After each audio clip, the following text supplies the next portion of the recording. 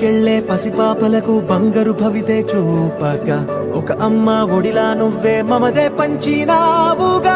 బ్రతుకంతా బరువైపోయి అలసిన అవ్వ తాతకు ఇదిగో నేనున్నానంటూ చెయ్యందిస్తున్నావుగా.